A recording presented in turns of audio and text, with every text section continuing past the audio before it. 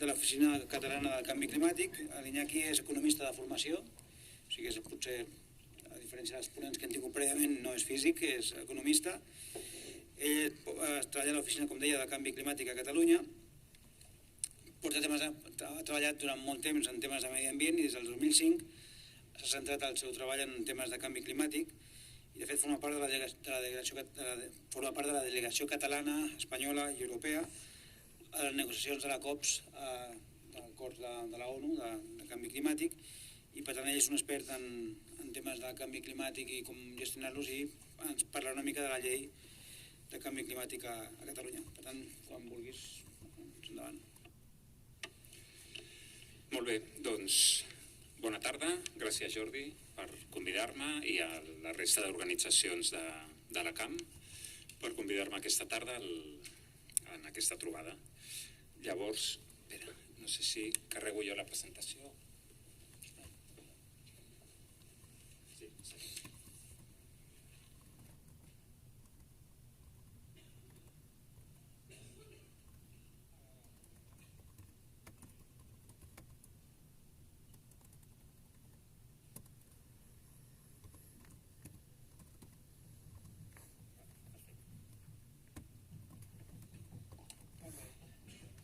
Parlar amb el títol de 25 anys de canvi climàtic, doncs, clar, hi ha moltes coses a dir. 25 anys i canvi climàtic, doncs aquí podíem enfocar el tema de moltíssimes maneres. Com ha dit el Jordi, jo sóc economista, probablement seré l'únic en aquestes jornades i faré una visió diferent des del punt de vista que habitualment es fa des del canvi climàtic o des de la meteorologia. M'ha semblat curiós, ja que parlem de 25 anys, començar amb aquesta fotografia. Aquesta fotografia, el que veieu a la vostra dreta, és la COP1 de Berlín. En el 1992 es va celebrar la Cimera de la Terra a Rio. Llavors, una de les coses que va sortir va ser la Convenció Marc de Nacions Unides pel Canvi Climàtic, i en el 95 es va celebrar la primera COP, la primera conferència de les parts, aquesta trobada que es fa anualment cap a finals d'any i que ara la propera s'havia de fer a Xile i per la seva situació es farà a Madrid. Llavors aquesta senyora de l'esquerra, no sé si la reconeixereu o no, però m'ha semblat bé començar amb una curiositat. És una senyora que es diu, si veig que hi ha algú que ja la reconeix, però pels que no, es diu Àngela i el seu cognom és Merkel, i resulta que aquesta senyora hi era aquí perquè era la ministra de Medi Ambient del govern alemany, que és qui acollia la conferència i que llavors era la presidenta d'aquesta primera COP. Llavors, una vegada explicada aquesta petita anècdota, doncs anem una mica al guió dels temes que a mi m'ha semblat rellevant des del meu punt de vista destacar d'aquests 25 anys. El primer seria el paper de la ciència, després què ha passat en les emissions, que com veieu no han parat de créixer, cosa que ja ens podíem imaginar, els impactes observats, veiem que aquest canvi climàtic, aquest escalfament global, ha començat o no ha començat. Veurem una mica tot això com s'està entenent, no tant des de la climatologia o des de la meteorologia. A més, les dues ponències abans del dinar han estat una precisament de fenòmens extrems i una altra d'escalfament, de canvi gradual, sinó des de fora com es veu, com es percep aquest canvi global, si ha començat o no i com ho veiem. Després, un tema que per mi és bastant rellevant, que són les renovables, i després em centraré ja en el final, i és jo tinc més bagatge, que és en el desenvolupament de les polítiques globals de canvi climàtic, tot això que es negocia a Nacions Unides. Doncs vinga, comencem. La ciència alerta, deia jo. Doncs la ciència alerta és l'IPCC, que tots coneixeu. Llavors, l'IPCC va mantenir informes i en el calendari es fa coincidir l'informe que es demana a l'IPCC amb diversos momentums que es diuen a Nacions Unides. No cada cop, no cada reunió té la mateixa rellevància, però sí que hi ha moments d'aquestes reunions que s'espera un resultat singular, un resultat diferent a unes altres reunions. El primer informe es va fer al 90, que fa coincidir en el 1992 en l'aprovació en la Convenció Marc de les Nacions Unides. Aquí anirem seguint informe per informe i en què s'ha fet coincidir. Una mica la idea és, el responsables polítics, a l'hora de prendre decisions, han tingut sobre la taula la millor informació científica disponible en aquell moment. Una altra cosa és que l'hagin fet servir, que li facin cas, que no facin cas o el que sigui, però en cada moment, cada momentum de Nacions Unides, cada cop, cada reunió que s'espera un resultat singular, la millor ciència, el millor resultat, el millor informe de l'IPCC que existia en aquell moment l'han tingut sobre la taula. El segon informe de canvi climàtic és de 95, doncs en el 97 se signa el protocol de Kyoto. El tercer, que és el 2001, doncs, coincideix en el 2005 amb l'entrada en vigor del protocol de Kyoto, perquè no acabava d'entrar, que sí, que no, necessitava una sèrie de països que representessin unes emissions i allò no s'acabava de sumar fins que Rússia finalment va entrar en el 2005. El quart informe, que és el 2007, jo crec que es fa coincidir amb el que seria la cimera de Copenhague, que va ser un fracàs, que hi havia moltes expectatives i l'expectativa era tan alta que els responsables polítics d'un determinats països van dir: ei, frenem, la ciència ens diu això, però nosaltres no hi juguem amb l'exigència que se'ns està demanant pels motius que després veurem. Per mi, si anéssim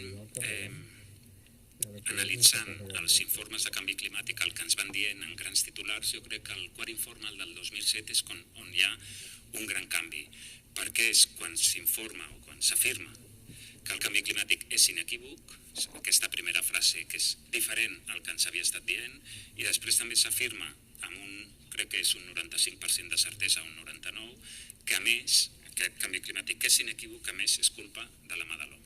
I això és un fet rellevant que fins ara, en els informes anteriors, els científics estaven dient: sembla que les coses van per aquí, cada vegada estem més segurs, però el nivell de rotunditat que s'afirma en el quart informe jo crec que és un canvi substancial respecte als anteriors. Arribarem al següent informe, que és...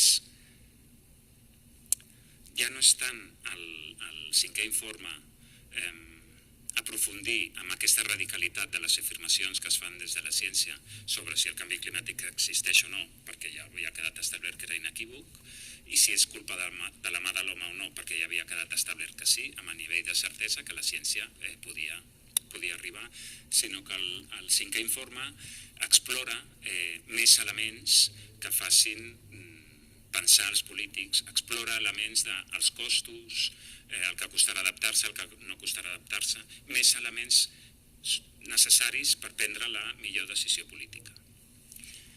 I aquest últim informe, l'informe de l'1,5 que diem, no és un informe com els d'abans, aquests informes que cada 6-7 anys fa l'IPCC, sinó és un informe que surt de París, de l'acord de París, que a la reunió de París hi ha l'acord polític de no incrementar la temperatura. Si va a la reunió de París amb l'acord polític de no incrementar la temperatura per sobre dels 2 graus, jo dic que els 2 graus no és un tema científic, és un tema polític.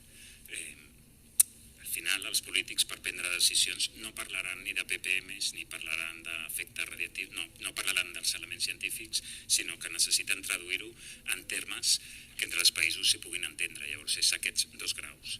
Però allà aflora una demanda d'uns determinats països que diuen: no, és que 2 graus per nosaltres ja és un excés, nosaltres necessitem estar a 1,5, limitar-ho a no més d'1,5, perquè a 2 nosaltres ja no hi serem, bàsicament països de les illes del Pacífic. I llavors fa aquest informe especial sobre l'1,5. Per tant, la idea que jo volia dir, o que volia expressar, és: en cada moment important els polítics han tingut la millor informació científica sobre la taula, i aquesta informació és cada vegada més clara i més evident. Passem al següent punt, les emissions. Com han evolucionat? En aquesta taula del Global Carbon, si algú algun dia té necessitat de veure com evolucionen les emissions, aquesta font del Global Carbon jo crec que és la millor, perquè aquí trobareu tot pel davant, pel darrere, cap a un costat i cap a un altre. Doncs veiem que les emissions no paren de créixer. Aquesta sèrie es recupera des del 1960 i ja ho veieu, crec que no val la pena donar-li més voltes, perquè aquesta gràfica la completem en les següents. Què passa des de la dècada dels 90 i sobretot a partir del 2000? L'efecte de dels emergents. Fins al 2000, diguem-ne, deixeu-me no ser gaire rigorós, vivíem en el món dels 80-20. Els que ja no som tan joves com altres, en aquell moment ens parlaven del món del 80-20, que era que el 20% de la població tenia el 80% de la riquesa i que el 80% de la població tenia el 20% de la riquesa.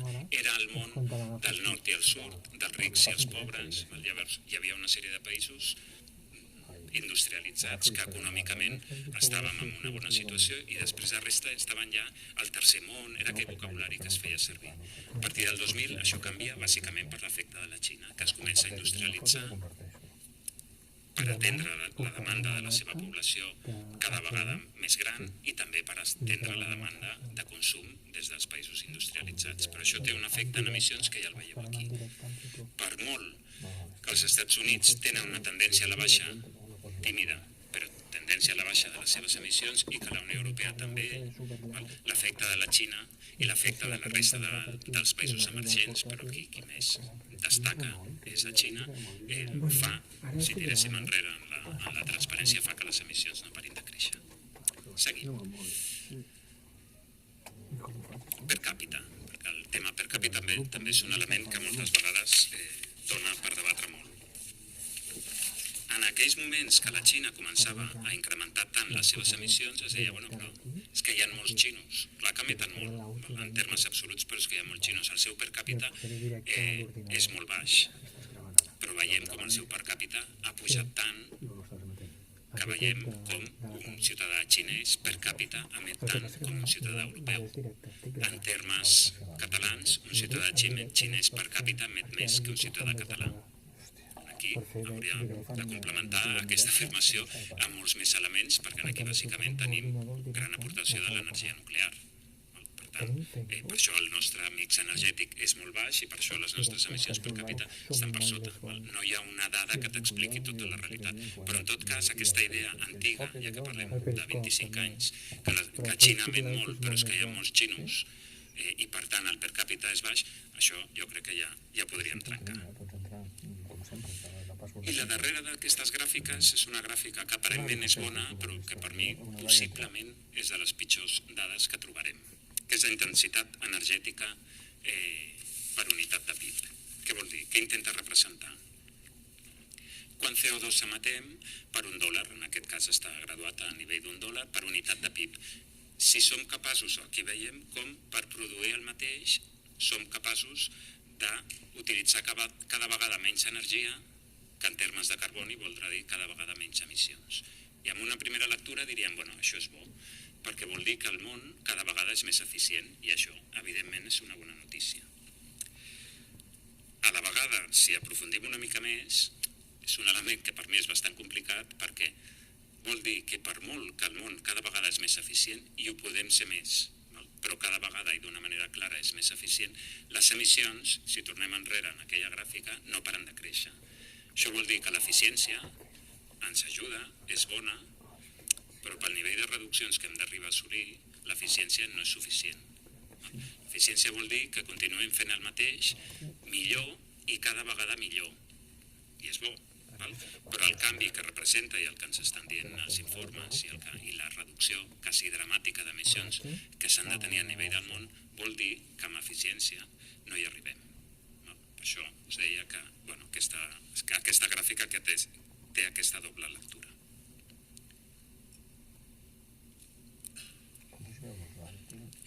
Anem als impactes observats. Canvi gradual o episodis extrems. A nivell de població, què és el que s'entén, què és el que alerta o que fa que més gent, deixeu-me parlar així, es cregui el del canvi climàtic? Doncs els fenòmens extrems. Les inundacions, els incendis, això és el que fa, doncs, ostres, això, el canvi climàtic sembla que va de debò. Per sota tenim un canvi gradual que jo aquí he representat amb una imatge del servei sobre l'evolució de la temperatura. Aquest és el canvi gradual. Per tant, canvi climàtic als ulls de la societat, tenim el canvi gradual, el canvi d'increment mil·límetre a mil·límetre del nivell del mar, increment a poc de la temperatura, és el canvi gradual, és el canvi que ve per quedar-se. que tenim amb les sèries i que tot això va quedant, i després tenim els fenòmens extrems, que és el que fa que la tele li posi més atenció a nivell ciutadà. Jo aquí faig aquesta pregunta, que és quina part de tot això que està succeint és canvi climàtic i quina part és canvi global. Clar, a la vostra dreta teniu aquesta imatge de les inundacions de Balears de fa ara ja 2 anys. Clar, allò, des d'un punt de vista de fenomen extrem, va haver-hi una pluja amb un nivell de torrencialitat que no s'havia vist abans, però a la vegada en aquella zona havien fet passar la llera del riu per una zona que no havia de passar. Per tant, hi havia uns assentaments de persones en un lloc on, pensant que podíem dominar la natura i fer passar el riu per on no tocava, fins que al final passa tot això. Quina part és canvi climàtic i quina part és canvi global? Doncs les dues coses. A l'esquerra teniu els incendis de Califòrnia, que quan crema allò no para de cremar durant setmanes. Si parléssim, i demà vindrà el Marc Castellnou a parlar dels incendis a Catalunya, doncs clar que a vegades es parlen ja, i ho dirà millor que jo, es parlen ja dels incendis de 5ª generació, 6ª generació, perquè realment hi ha unes condicions meteorològiques que abans no veiem. Però també, si algun dia això passa a Catalunya, doncs l'efecte de l'abandonament de terres agrícoles, clar, llavors aquí barregem el que és canvi climàtic i canvi global. El que jo veig, o el que jo observo, és, per exemple, des de Nacions Unides, durant un temps han estat mirant de diferenciar quan és canvi climàtic i quan és canvi global, que és molt difícil. Mirar d'aïllar les incògnites de dir això és canvi climàtic perquè no havia succeït abans o succeeix d'una manera molt diferent que abans, i això és canvi global, doncs perquè aquest tifó a Filipines que ha matat a no sé quanta gent, és que abans no hi vivia tanta gent o estaven en un assentament d'una manera diferent. La meva percepció des de fa uns anys és que des de Nacions Unides ja es deixen anar i fiquen tot en el mateix sac del canvi climàtic, i llavors a nivell social sembla que tot el que passa és canvi climàtic, quan jo entenc el canvi climàtic com un element de pressió, un element que posa més pressió a aquells problemes que abans ja teníem i que, causat pel canvi climàtic, ens el fan aflorar una mica més que abans. Passem. Això, com a curiositat, és la foto del Metofis de la primavera del 2018, si no m'equivoco, del Regne Unit i de França respecte a primaveres anteriors. Per tant, les sequeres amb ells també els afecten, i aquesta Anglaterra, aquest Regne Unit verd, doncs en aquella època no ho era. Vinga, seguim. Entrem en la tecnologia. Aquesta gràfica, i n'hi ha moltes, què ens ensenya? Ens ensenya el cost de producció d'un quilowatt a partir de diferents fonts energètiques. La línia blava que va per sobre és del carbó, per tant, a dia d'avui ja veiem com produir, i estic parlant només de produir, després hem de veure com ho gestionem, però produir un quilowatt amb carbó és més car que qualsevol altra font energètica. Aquesta línia groga que va baixant, taronja, que va baixant, és de l'eòlica offshore, l'eòlica marítima. I per sota doncs tenim el gas natural amb aquest color granatós, l'eòlica, que és de verda, que va per sota, i la fotovoltaica. Per tant, des del 2017, la producció d'un quilowatt en fonts renovables és més barat que en fonts fòssils. La tecnologia ha donat la volta i som capaços de produir amb renovables a un preu més barat que en fòssils. El que us deia abans, posava l'accent molt en el cost de producció. El cost de producció és més barat, però el cost de gestió és més car. Produir electricitat amb carbó o amb gas natural pot ser més car o no. Un element és el cost de producció, però gestionar-ho és molt més car. Per què? Perquè són contínues. Un cicle combinat, doncs, està gravant a dintre de YouTube. Controla la xarxa, li pot dir... Ara ara engegues, ara pares, ara aquesta potència, ara no. Les renovables són discontínues. Per tant, quan veiem aquestes gràfiques, la tecnologia realment ha donat la volta i comença a ser una solució possible, però hem de tenir present sempre el cost de la gestió, que això encara no acaba d'estar resolt i encara s'ha d'anar millorant molt més. Home, que m'hi fixo, demà comença a les 9:30, ens donen vidilla. Respecte a l'última frase que veieu aquí, com arribar al 100% encara és un repte pendent.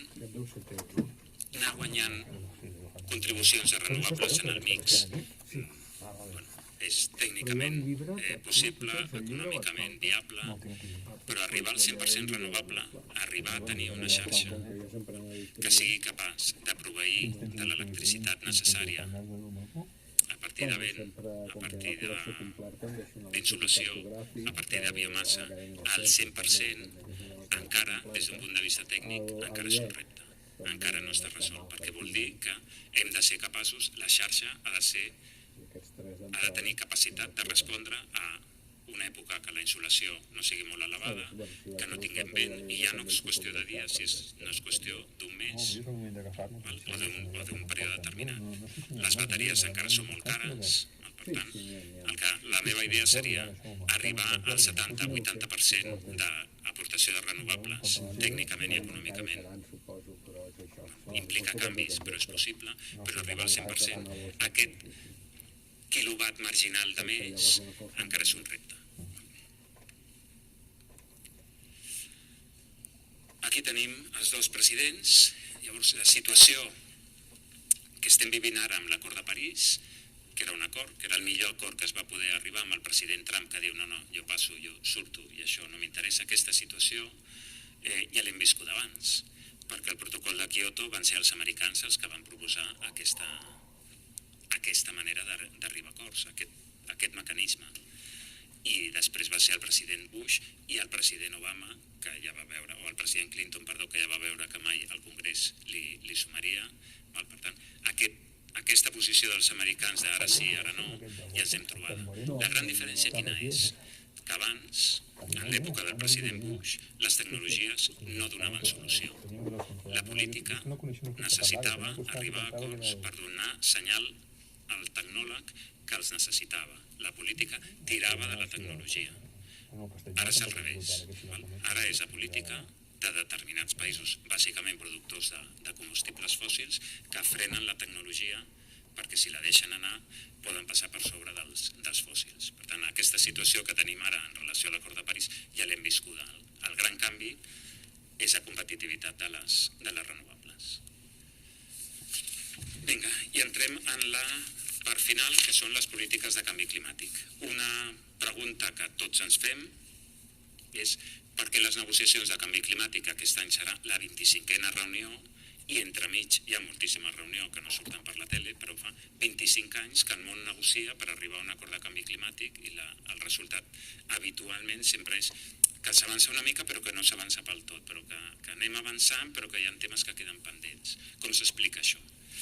Per mi s'explica amb aquesta gràfica. Aquesta gràfica el que vol representar és, si agafem país per país, de les seves exportacions, quin és el bé o servei número 1 de les seves exportacions. Llavors veiem tot el que és negre, no sé si veieu més o menys, però tot el que és negre seria petroli i carbó, el que és gris, maquinària o automoció.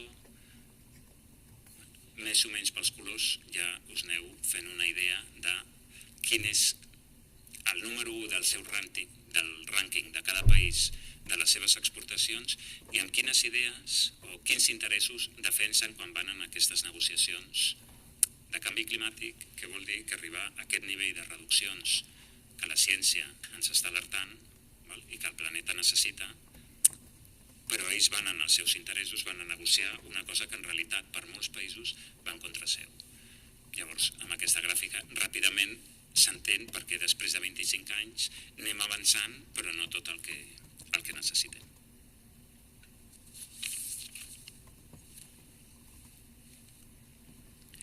Quines dificultats hi ha per avançar en les polítiques de canvi climàtic? Doncs que l'interès econòmic individual, l'interès de cada país, és diferent a l'interès econòmic global. però és que cada país defensa el seu interès econòmic individual. No dic que estigui d'acord, no dic que ens sembli bé i no dic que tots ho haguem d'acceptar, però la realitat és aquesta. Hi ha un altre element que ho complica molt, que és la incertesa al futur econòmic dels països desenvolupats. En aquest món del protocol de Kyoto, aquest món dels 90, els països rics pensaven que ells seguirien sent rics i que a més els països empobrits seguirien sent pobres. Aquesta era la idea que aquests països tenien. A dia d'avui no hi ha cap país que no tingui un nivell d'incertesa elevadíssim respecte al seu futur. Es veu molt clar en la postura dels Estats Units. Els Estats Units, en molts elements, a Xina li passa pel davant. I abans li passava pel davant en produir béns de poc valor, però és que ara ja li passa pel davant en produir tecnologia a punta com el 5G o el 6G, etc. Llavors, aquesta sensació dels països industrialitzats, econòmicament rics, que jo sóc dels que mana, sóc dels que està bé, i la resta estaran per sota, ha canviat i ja ningú sap el seu futur, o com serà el seu futur. Com un acord de canvi climàtic vol dir un acord a llarg termini, vol dir, estem parlant del 2050, la situació econòmica no saps quina és i no saps quin nivell de compromís estàs disposat a acceptar. Un altre element que ho complica molt, el tercer punt. La reproducció dels models de creixement econòmic dels països emergents basats en combustibles fòssils. No hi ha cap país al món que s'hagi industrialitzat de manera massiva sense fer ús de combustibles fòssils. No hi ha cap país. Això no ha succeït mai. Ara s'està esperant dels països emergents, d'Àsia, o s'està esperant d'Àfrica, que s'industrialitzin sense combustibles fòssils, que s'industrialitzin amb renovables. Clar, ells diuen, bueno, això no ho ha fet ningú. Per fer-ho, el que necessitaríem és una tecnologia a punta que nosaltres no tenim. Llavors, demanden la tecnologia a punta, les patents, als països més rics, que els hi cedeixin. Ja que tu vols que jo em desenvolupi d'una manera diferent al que tu has fet, doncs passa'm la tecnologia. I des dels països més rics, cedir aquesta tecnologia, que diríem que és el fet diferencial que encara mantenen, doncs clar, no es vol. I llavors, tots aquests elements estan sempre en els debats de les discussions i són elements que compliquen que es pugui avançar. Fem un breu apunt de l'Acord de París, per a aquells que potser no esteu més ficats en el tema. L'Acord de París, amb tots aquests elements que hem dit, amb totes aquestes dificultats, és un acord que personalment a mi em sembla molt intel·ligent, que té dos grans principis inspiradors. Crea un marc d'actuació i governança per l'acció política, no és un acord que estableixi límits, no és un acord que estableixi obligacions, perquè si establís límits i obligacions els països no l'haguessin acceptat. No és que no ho faci perquè no vulgui, sinó perquè allò era inviable. Allò és el que es va intentar a Copenhague. Copenhague es va intentar repartir la quota d'emissió per cada país i que allò s'havia de complir sí o sí, i no va poder ser possible. Per tant, anem a París, se li dona la volta a tot i creem un marc per veure com ens anem entenent. I té dos principis. El gran principi, el primer, és graduem i vinculem l'acció dels països. Que el país que sigui més emissor i que tingui més capacitat econòmica faci més esforç i que, a més, ajudi al país que té menys emissions i menys capacitat econòmica. Que un país europeu faci tot el que ha de fer i, a més, ajudi al Camerun perquè es pugui desenvolupar de la manera més neta possible. Perquè al Camerun també li demanem un esforç. També li demanem que no es desenvolupi a partir del petroli o a partir del carbó. Però per fer-ho ha d'haver-hi algú que li ajudi. I d'aquesta manera es mira de trencar aquesta diferència entre els països rics i els països pobres i aquesta por de com els països empobrits, que puguin ser cada vegada més rics, puguin competir amb nosaltres. Graduem això. I després s'aplica un altre principi, que és el aim to shame, que es diu en anglès, que és que els que no actuïn correctament seran assenyalats. Tots aquells països que vagin per lliure, que no facin tot el que han de fer i que no ajudin tot el que podrien ajudar, que quedin assenyalats. I aquesta és l'estructura institucional que es crea a l'Acord de París. I això és possible per què? Perquè en aquell moment del president Obama la majoria dels països estaven a la part de la dreta de la balança. Estava la Unió Europea, estaven els països empobrits, evidentment, perquè el que necessiten és ajut, el que necessiten és ajut per la seva adaptació, i si s'espera d'ells que es desenvolupin d'una manera més neta del que hem fet nosaltres, doncs també necessiten ajut. I fruit d'un acord entre els Estats Units i la Xina, els Estats Units hi jugava i la Xina també jugava. Per tant, en el món, en la situació geopolítica del món, la major part del poder econòmic, la major part dels països i de la població estava a la banda de la dreta. Per tant, amb això ja hi juguem. Qui quedava a la banda de l'esquerra? Els països petrolers. Què he dit jo? Els països que viuen, que el seu modus vivendi depèn dels combustibles fòssils. Clar, aquests no hi volen jugar. Aquests el canvi climàtic, no sé si els hi preocupa o no els hi preocupa, però el que més els hi preocupa és poder vendre el seu barril de Brent, poder seguir explotant el carboni, perquè la seva economia i la seva manera de viure es basa en això. Però l'acord de París, diguem-ne que aquests els deixa com a banda, se'ls hi fa jugar d'una manera no obligada, però perquè no tenen més remei, perquè la gran part del món vol jugar aquí. Què passa des d'aquell moment? Que apareixen una sèrie d'actors polítics diferents als que havia en aquell moment, com és el president Trump, com és el president Putin, que tampoc hi jugava ni sí ni no. A Rússia, amb el tema del canvi climàtic, sempre ha estat una mica... no s'hi ha ficat gaire. Apareix el president Bolsonaro i apareix el... ja havia aparegut abans, però el príncep d'Aràbia dona la benvinguda a aquests sectors perquè ja no està sol i fa que la balança s'iguali. Per tant, al principi intuixem que és que la major part del món anirà fent i entre nosaltres ens vigilarem si realment fas tot el que has de fer i ajudes tot el que has d'ajudar, i el país empobrit si creix tot el net que pot perquè rep ajuda. Aquest sistema que es va crear des del moment que països importants del món diuen no, és que jo no hi jugo, aquest sistema no té gaire sentit. La gràcia era que la major part del món hi jugués. Si no hi juga, l'acord de París, el cert és que queda tocat. Ja per anar acabant, encara queda... Sí, queda. Sí, però això ja fa... Nacions Unides depèn dels països. Nacions Unides és un actor on qui mana són els països. Per això en aquesta rodona es fico al mig. Aquesta rodona blava de la vostra esquerra, que veieu que hi ha una línia, doncs la resta d'organismes internacionals de Nacions Unides, no només la Convenció, la Secretaria de la Convenció Marc de Nacions Unides pel Canvi Climàtic, sinó la resta d'agències que en aquestes negociacions hi participen molt. Què passa? Que Nacions Unides veu que amb els països arriba fins on arriba, que la voluntat negociadora i d'avançar les negociacions dels països dona pel que dona, i que després de 20, 15, 25 anys negociant no s'arriba a assolir els èxits o no s'arriba a assolir l'acord que seria necessari. A la vegada veu com hi ha una sèrie d'actors que no són propis de Nacions Unides, que no formen part de l'estructura de Nacions Unides, però veu com amb els països no s'acaba de sortir, però que hi ha més gent pel món que mira d'avançar en aquesta direcció. Seria part del sector privat.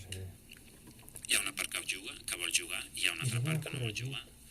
Seria gran part del món local, perquè veuen com a les ciutats veuen no només problemes de canvi climàtic, veuen problemes de contaminació atmosfèrica i veuen que és un actor que mira d'empaitar cap aquí. Veu a les ONGs. Durant molts anys, des de fa un temps, les negociacions de Nacions Unides pel canvi climàtic han tornat a agafar cert protagonisme. I després de reunió d'èxit o de fracàs, però ha agafat cert protagonisme. Durant els primers anys i en l'època del protocol de Kyoto ni tan sols se sabia si arribaria a entrar en vigor o no. Qui va tirar del procés van ser les ONGs. Qui va mantenir viu el foc de tots aquests temes van ser les ONGs. I després tenim uns actors que en el llenguatge de Nacions Unides se li diu subnations, que són tots aquells governs no estatals. En el nostre cas seria una comunitat autònoma, seria un Länder, a Alemanya, seria Escòcia i, sobretot, serien estats americans. Seria Califòrnia, seria Nova York. Estats americans com veuen que el seu govern federal pren una posició, però que ells tenen capacitat per actuar. Llavors, Nacions Unides s'hi deu al govern americà, al govern federal, perquè és el seu actor, és la seva referència. Però amb ells no s'acaben de sortir i veuen com els estats americans sí que volen fer més del que volen, en aquest cas, el president Trump. Per tant, dins de Nacions Unides, a tots aquests actors també se'ls dona joc per mirar de compensar tota aquella part que no fan els països, que com a mínim a la resta del món això continuï avançant tant com sigui possible. Els tuits amb aquest hashtag. No, però dic, veus? Faig el filtre Vinga, i ara sí, i surten tots els tuits. fem un resum i unes opinions finals. Llavors, després de 25 anys, els impactes del canvi climàtic són evidents. La ciència alerta de forma contundent i amb elevats nivells de certesa. No hi ha dubte. Una altra cosa és que puguem prendre la decisió de no fer res, de no reduir les emissions i només adaptar-nos, del que sigui. Però la ciència, el que ens diu, queda claríssim. Tanmateix, les emissions no paren de créixer. Per molt que els impactes del canvi climàtic els anem observant, per molt que la ciència digui el que digui, les emissions no paren de créixer i no fa pinta que parin de créixer en els propers 2-3 anys. Hi ha una inèrcia, hi ha una tendència perquè es continua posant plantes de carbó i es continua amb un model que farà que les emissions continuïn creixent durant uns anys. A la vegada veiem que la tecnologia pot ser part de la solució, és un element que abans no teníem, i els acords polítics han avançat molt. A dia d'avui, veure el que tenim sobre la taula i veure el nivell de negociacions i observar els textos d'on van i els acords i el nivell de vinculació i el nivell de capacitats que tenen els països. Abans anaven als països africans, no tenien ni idea del que parlaven, eren delegacions que no tenien cap tipus de preparació, ara la tenen boníssima. Hi ha equips de Llatinoamèrica amb gent boníssima. Tot això ha millorat molt, però encara és insuficient. Has d'afegir els hashtags en el tríptic. Fins aquí he intentat fer una missió que com qualsevol persona serà esbiaixada, però he intentat fer una descripció de la realitat tan objectiva com ha estat possible. Ara ja em deixo anar, ja dono les meves opinions finals amb tota la meva subjectivitat. Cap al sector econòmic, el canvi que es dona, el senyal que es dona és claríssim. El sector econòmic habitualment demana aquestes declaracions que es fan un senyal, demana l'administració, demana els sectors polítics, nosaltres donem senyals clars. Doncs el senyal és claríssim. Ho tenen claríssim. Això arribarà abans, arribarà després, però ho té claríssim. Una part d'aquest sector hi vol jugar i una altra part es vol resistir. El que es faci durant la dècada dels 20 determina claríssimament la situació a la dècada dels 50. Ara aquí no hi hem entrat perquè ja no donava més de sí i potser tampoc era el fòrum.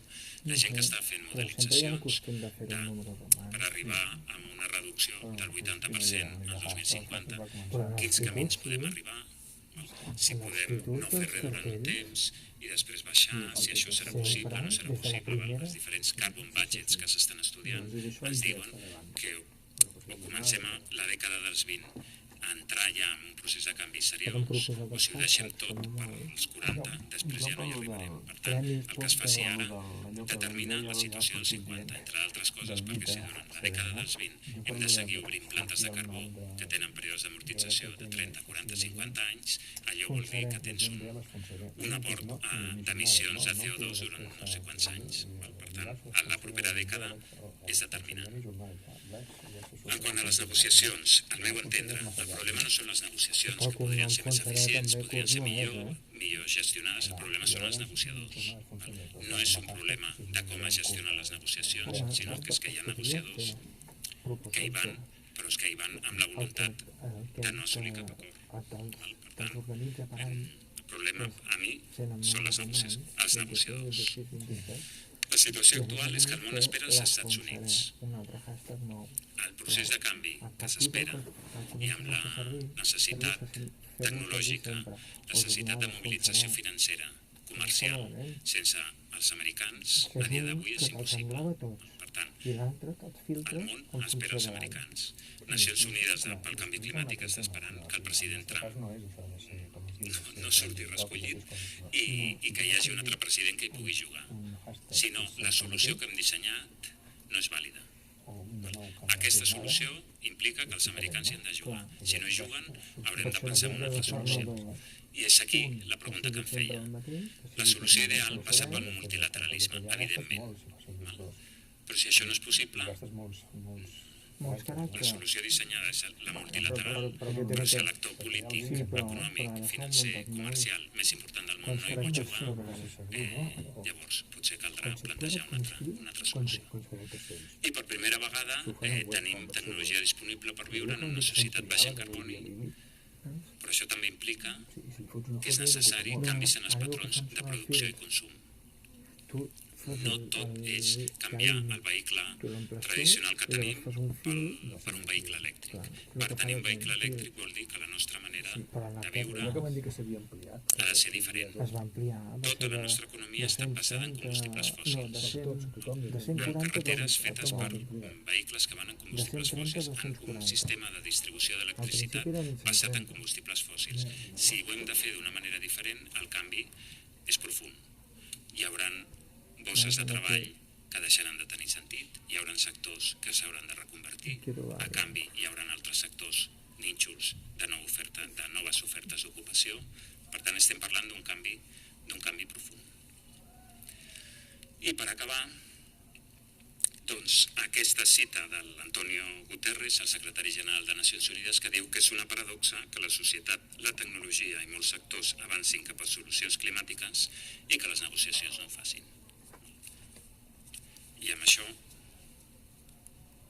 us dono les gràcies i acabo la presentació. Gràcies.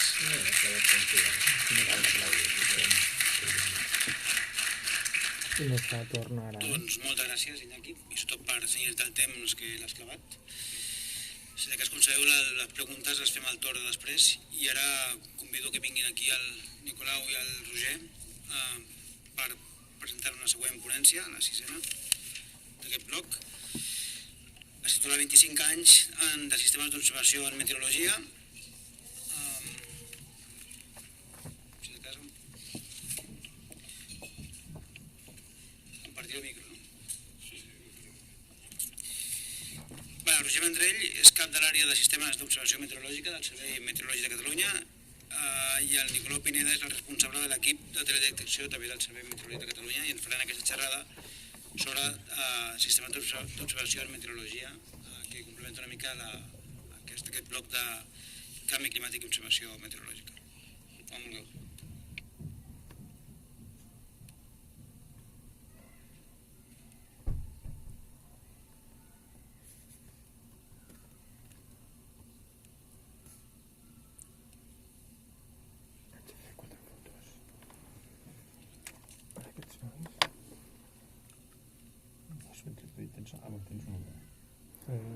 Ja el tinc preparat. Ja ho podries tuitejar. Anirà,